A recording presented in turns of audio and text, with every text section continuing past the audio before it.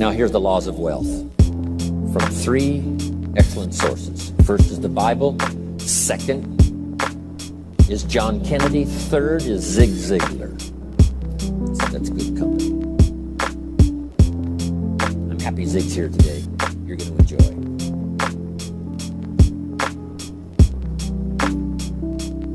The wealth formula. Okay. First, I've already quoted from the Bible. He that wishes to be the greatest, find a way to serve the many. So that's the first key to the wealth formula. Service to many, finding a way. Now, some may have a wish to serve many, but you need a way. So you keep searching till you find a way, because if you search, you will find a way to serve more and more so that your life will be greater and greater. The second, John Kennedy's inaugural speech. Here's what he said. Don't ask. Don't we wish that was the current political philosophy? Where is John Kennedy? John Kennedy said, don't ask what the country can do for you. No matter how poor you are. Don't ask. That's not how you get trophies to put on the mantle above the fireplace. That's not how you become wealthy and rich. That's not how you have abundance. Ask what the people can do for you. But, he said, ask, what could I do for my country? What could I do for my neighbor? What could I do for the people in my community? How could I serve more than myself? Ask what you could do for your country. And some people have found out a way to serve the whole country. Some find a way to serve a limited piece of the country. Some find a way to serve a few right around their neighborhood. Some find a way to serve working on a job, rendering a service. But that's the key. Don't ask what they can do for you. Ask, what could I do for them? Why? Asking, what could I do, and beginning the process starts wealth moving in your direction. Key phrase, whatever you move toward tends to move towards you. If you move toward intelligence, it seems now to move towards you. God says, you move toward me, and I will move toward you. You take human steps, I take God's steps, I get there very quickly. Whatever you move toward, if you move toward success, success seems to start coming your way. So figure out what you could do to make the move, to begin the early qualifications, and then sustain the qualifications, and success is yours, and health is yours, and all valuable things are yours.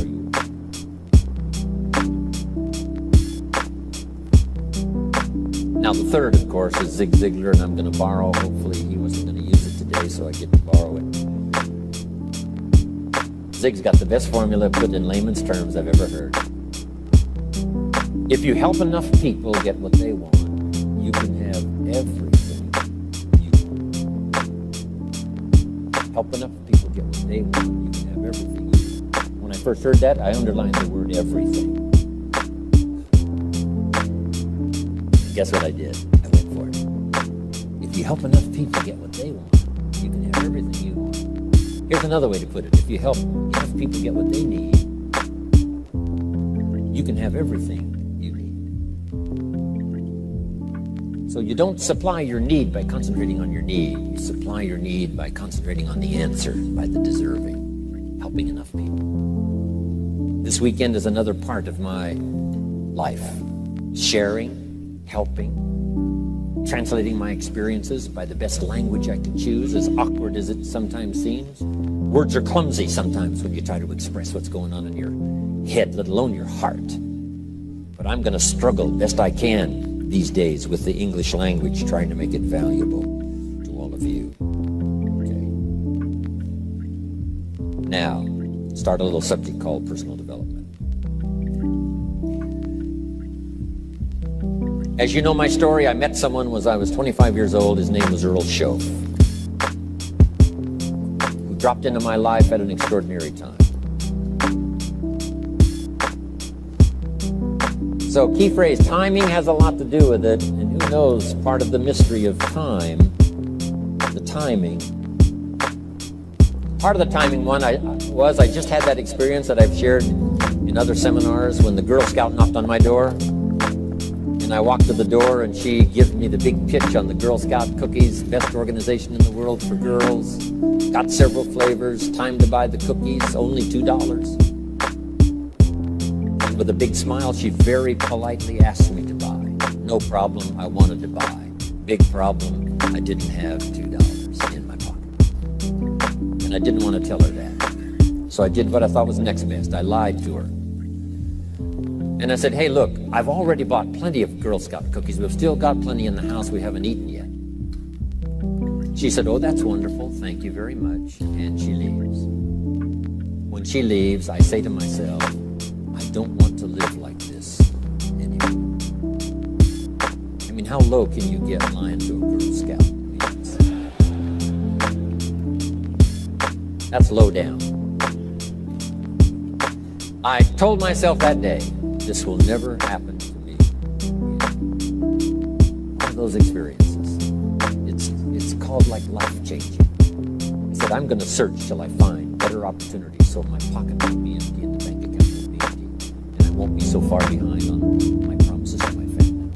And it was shortly after that, I meet Earl Shelf. He taught me how to be wealthy. He taught me how to change my life. So who knows what the connection is, right? Someone says when the student is ready, the teacher will appear. You know, I don't know all the mystery of that. But anyway, it seems like some of those things uniquely happen. But it was Mr. Schoaf over a 5-year period before he died at age 49 who taught me some extraordinarily simple things. He only went to the 9th grade in school, never finished high school, never went to college, never went to university. So he put his ideas and his experiences in very simple language, which I think for me, you know, a kid from the farms of Idaho, that simplicity was so important. Because if it would have been technical, I'd have missed it. If it would have been mystic, I would have, backed away. But it was just basic, blunt, ABC, familiar stuff that I hadn't thought of before. And he did start to remind me, and those ideas changed my life. Mr. Schoaf was the one when I said, this is all they pay. He said, you've been working 6 years, Mr. Owen, how come you're not doing better? And I said, this is all the company pays. He says, well, that's not true. I said, no, this is my paycheck. This is all the company pays. He said, no, this is all the company pays you. I thought, that's a new way to look at it, right? He said, doesn't the company pay 2, 3, 4, 5 times this amount to other people? I said, well, yes. He said, well, then this is not all the company pays. It's all they pay you. And if you qualified, wouldn't your income grow 2, 3, 4, 5 times? I said, I suppose. So he said, we don't have to work on the company. We have to work on you. See, that was the beginning of what he called the phrase personal development. I told him things cost too much. He said, no, you can't afford them. I thought, well, that's a new concept. I hadn't thought about that. We put some of the valuable things on the high shelf, so you can't get to them until you qualify. If you want the things on the higher shelf, you got to stand on the books you read. Every book you read, you get to stand a little higher so you can get the things on the higher shelf. See, I learned those concepts. It was so incredible.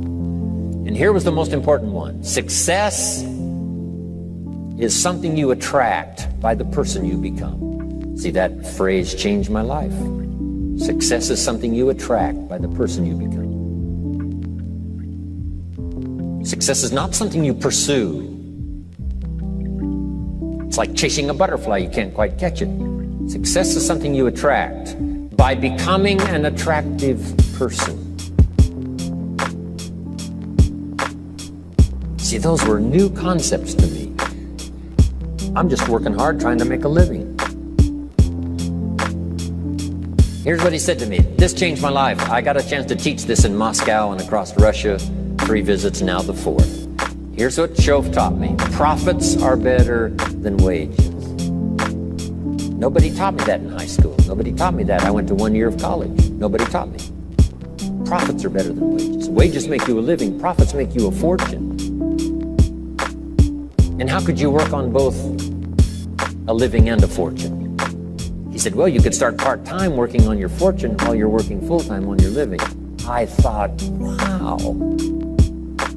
Now, he said, it's fun to get up in the morning. Not just getting up, go to work to pay the rent, but but to get up to go to work to make a fortune. First, to make a living for my family. Second, to make a fortune. And he taught me how to make both a living and a fortune. Guess what I did? I learned how to make both a living and a fortune. And I found out anybody could do it once they get the information. And at age 25, I started receiving this extraordinary information. Here's what he said: your income is directly related to your philosophy, not to the economy. I thought, no one ever told me that. I kept hoping the economy would change. He said, no, your philosophy has to change. I assured him that I had my fingers crossed. He said, that won't help. Then what could I do to change my income and multiply it by 2, by 3, by 5, by 10, and then multiply it by 10 again? What could I do? And he started giving me the disciplines and the process of learning the skills to change my life. This was an extraordinary man. Those were extraordinary times for me.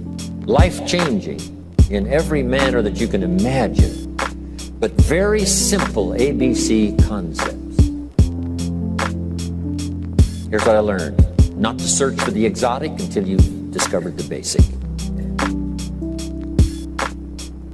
And those basic philosophies that he shared with me during that time were life-changing, and he called it personal development. Now, in the understanding of personal development, let's go through it quickly, some notes before we take our first break. If you're okay, say I'm okay. How many of you have 1 page of notes already? 1 page, good.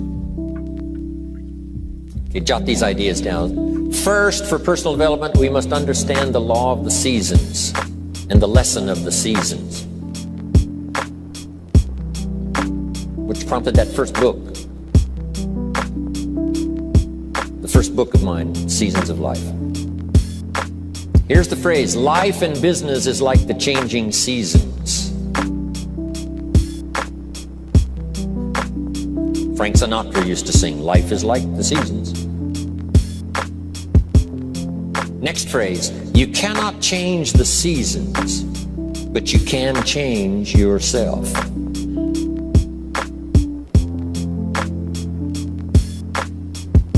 The seasons are set. As soon as we arrive on this spinning planet headed somewhere, that's the question to ask. What is the setup? First, so I can survive. Second, so I can succeed. So one of the first things to do is to learn the rhythm of the seasons. The rhythm of night and day. Day follows night. Night follows day. Opportunity follows difficulty. Difficulty follows opportunity. Recession follows expansion regularly. Expansion follows recession. Sadness follows joy. Joy follows sadness. It's called the rhythm of life. So in the seasons now, make these notes. First, learn to handle the winters. Hopefully each winter we get stronger by the process of the experience of the past winters. Learning the lessons of the past to apply to the present. In the winter you have to hang on. In the winter you have to endure. That's part of the rhythm of life. And there's all kinds of winters. Physical winters and personal winters and political winters. Communism cast a long shadow on 1/3 of the world in that long winter of despotism. About 75, 80 years it lasted. Political winters, social winters, spiritual winters, personal winters, when things don't work well. Barbara Streisand sings, it used to be so natural to talk about forever, but used to be's don't count anymore. They just lay on the floor till we sweep them away. You don't sing me love songs, you don't say you need me, and you don't bring me flowers anymore. A song of winter. But we're all acquainted with those experiences. But here's the key. You must just hang on in the winter. Make the note. It doesn't last forever. Some winters seem longer than others. Some winters seem tougher than others. Some winters are more critical and crucial than others. But here's the note. They will pass. The night can only be a few hours. As far as we know, there's never been a double night.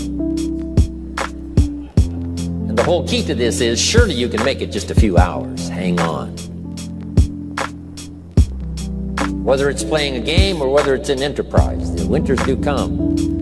Mickey Mantle, my hero back in those days of the Yankees. Wow. He used to get in the batting slump. It was tragic to watch. This is the home run king. This is the fastest man in baseball. This is one of the most accomplished players ever to play the game. But he used to have these terrible slumps when it seemed like he couldn't get a hit, or he couldn't get very many, and he couldn't hit home runs. And someone asked him one time, what do you start changing? He said, I don't change anything. He said, what do you do? He said, I wait till it's over. Right. You just keep swinging and you just keep hanging in there until finally it passes. Maybe you need a little touch of refinement, but for the most part, here's what you have to do. Endure. Because the winter finally passes and the night finally fades away and the daylight comes and the shadows flee away. So the winters we just have to handle. Here's what's next, the spring. Spring always comes. Opportunity follows difficulty. Day follows night. Here's what spring is called, opportunity. Spring is not a guarantee. It's guaranteed to come, but it's not spring that guarantees the harvest. Here's what you must do. Use the spring to your best advantage. And you've got to hurry because spring is usually not very long. The short season of spring reminds us of urgency. If you want a full harvest, come harvest time, you've got to take advantage, but you must do it quickly. Spring is the opportunity to meet someone. Sometimes you have to do it quickly. Here's a person, you say, be nice to meet that person, but before you get a chance to say hello, they're gone. In space language, we call it window of opportunity. If the rocket doesn't launch and if the spacecraft doesn't go in an appointed time, it's got to wait for another cycle of times. If you don't get it planted this spring, you've got to wait for another cycle of seasons before you have another chance. So, the urgency of spring. Life is brief, so take advantage of every spring you can get for your lifetime. The Beatles wrote, life is very short. And for John Lennon, it was extra short. For Michael Landon, it was extra short. For my dear business colleague, Mark Hughes, it was extra short. He died at age 44.